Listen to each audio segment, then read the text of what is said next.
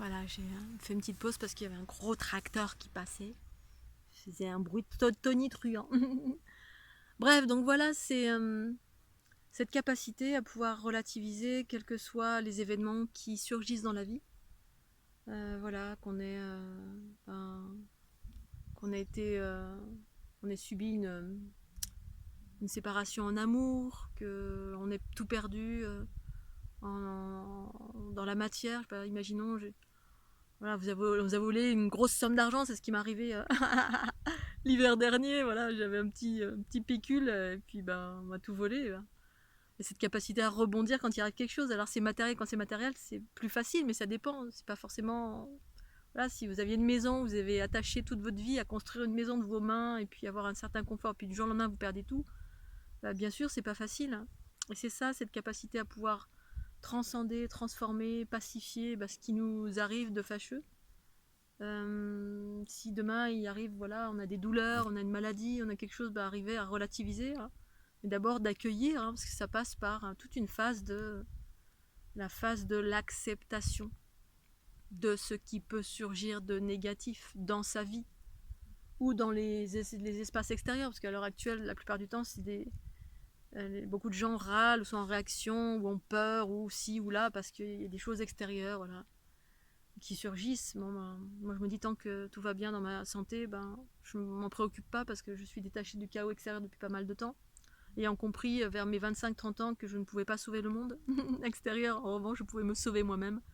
Et ensuite partager, vers mes 35 ans, quand j'ai vécu l'activation de ma Kundalini, partager cette joie, cette bonne humeur, cette conscience, cette expansion de conscience, ces choses extraordinaires que je peux vivre à chaque instant, à travers mes livres, mes vidéos, cette énergie vitale, cette capacité à vivre l'harmonie quasi tout le temps, presque tout le temps. Voilà, mais c'est un travail de chaque instant, de choisir en conscience, ou d'accueillir aussi, voilà, quand on vit encore des tribulations, d'accueillir ces tribulations, c'est-à-dire pour les transformer. Si on a mal, si on a été bafoué, si on manque de confiance, si on a peur, si n'importe quoi qui surgit comme émotion, eh bien transcender. Et puis si on est malade, pareil, accueillir, accepter. Moi, le nombre de fois où je pensais que j'allais mourir. La veille de mon tour du monde, je pensais que j'allais mourir, c'est clairement. Je hurlais, je pestais contre le ciel. Je m'étais enroulée par terre autour d'un arbre. J'étais jetée par terre au sol en me disant, mais qu'est-ce que j'ai fait? Avec des douleurs atroces qui ont duré 6 mois. Et puis voilà, et puis de temps en temps, je passe encore par des phases, ça m'arrive aussi. Et cette capacité à se dire, bon ok, si je dois mourir, ok. Au moins j'ai profité. La seule chose qui est difficile, qui me semble pour moi pas juste sur cette planète, c'est la souffrance physique, ça c'est sûr, voilà. Parce que quand on a une maladie, puis que c'est lancinant, puis qu'on a mal, c'est... Alors on a la chance d'avoir plusieurs médecines, allopathique et holistique. Quand vraiment l'allopathie, l'holistique ne fonctionne pas, l'énergétique, les plantes, etc., effectivement, on a l'allopathie. Et pour moi, je suis toujours en gratitude face à tout ce qui existe. Je suis en combat contre rien. Les choses existent, elles sont ce qu'elles sont. En revanche, voilà, quand il y a du chaos extérieur, comme en ce moment, voilà, je peux rien changer. Donc, je crée ma réalité harmonieuse en écoutant ma guidance, qui est, qui sont mes lois divines intérieures. Et puis si demain il m'arrive quoi que ce soit de physique, je fais face. Voilà, j'ai pas d'autre choix. Je dois accepter, faire face. Et je me ferai des soins comme voilà, comme j'ai toujours fait en fait,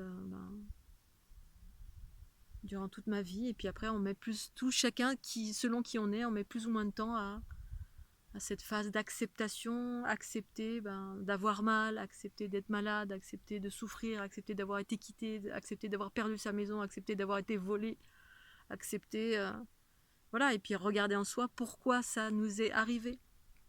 Souvent c'est des mémoires, soit c'est des mémoires, soit c'est des choses qu'on a absorbées quand on est empathe. Parce que quand on est empathe, on absorbe des choses. Je vis avec quelqu'un qui a été violé, par exemple, je vais absorber ses blessures. Je vais la transformer dans une certaine mesure, mais je peux attirer à moi, peut-être pas le violeur, mais des personnes qui ont été blessées. Moi, comme je suis une guérisseuse, voilà. Dans tout mon tour du monde, ça a résonné ce que j'avais absorbé de ces personnes qui étaient en parallèle de ma vie, ben, c'était des vicissitudes reliées à le temple féminin qui a été bafoué, et du coup ben, j'ai transformé ça partout sur mon chemin, dans des pays relativement patriarcaux, pas tous.